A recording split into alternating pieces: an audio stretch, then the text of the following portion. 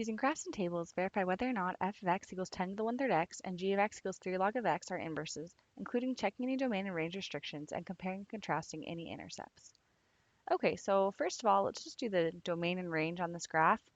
So on f of x, we see that it goes to negative infinity to the left for our domain and then keeps continuing right to positive infinity.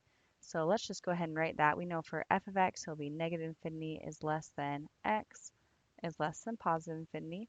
And then on the range, we see that it actually will have a horizontal asymptote because exponential equations always have a horizontal asymptote. And it will never touch 0 here. And then it goes up all the way to infinity for its range.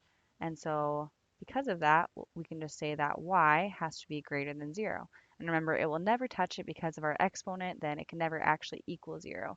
If you were to plug in any x value, you can never get that to equal 0 for our f of x. So now looking at the g of x, then we see it's going to be the opposite because exponentials and logs are inverses in general. So we see that it has a vertical asymptote here at x equals 0. And so for our domain, it will never actually touch x equals 0, but it keeps getting right and keeps going till positive infinity. So x will be greater than 0. And then for our range, it continues to go down to negative infinity and then continues to go up to positive infinity. So it's negative infinity is less than y is less than positive infinity. And notice that the domain of our g of x matches the range of our f of x and vice versa. So that is a sign of an inverse function. And so that is that's leading us to believe these will be inverse functions.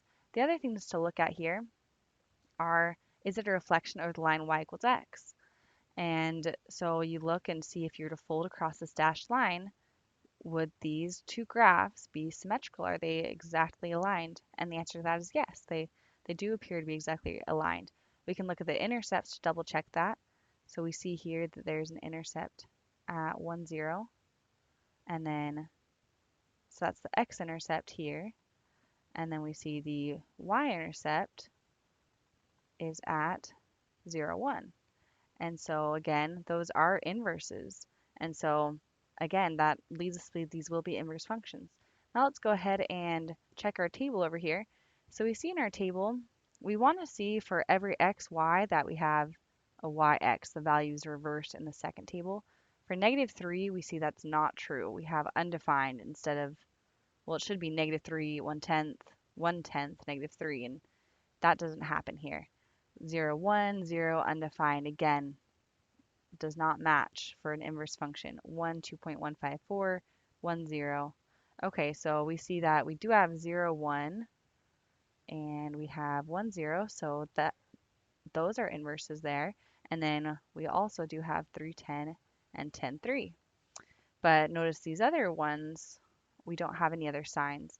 But looking at our domain, we also know that with g of x, the input has to be greater than 0. So these values don't work anyway.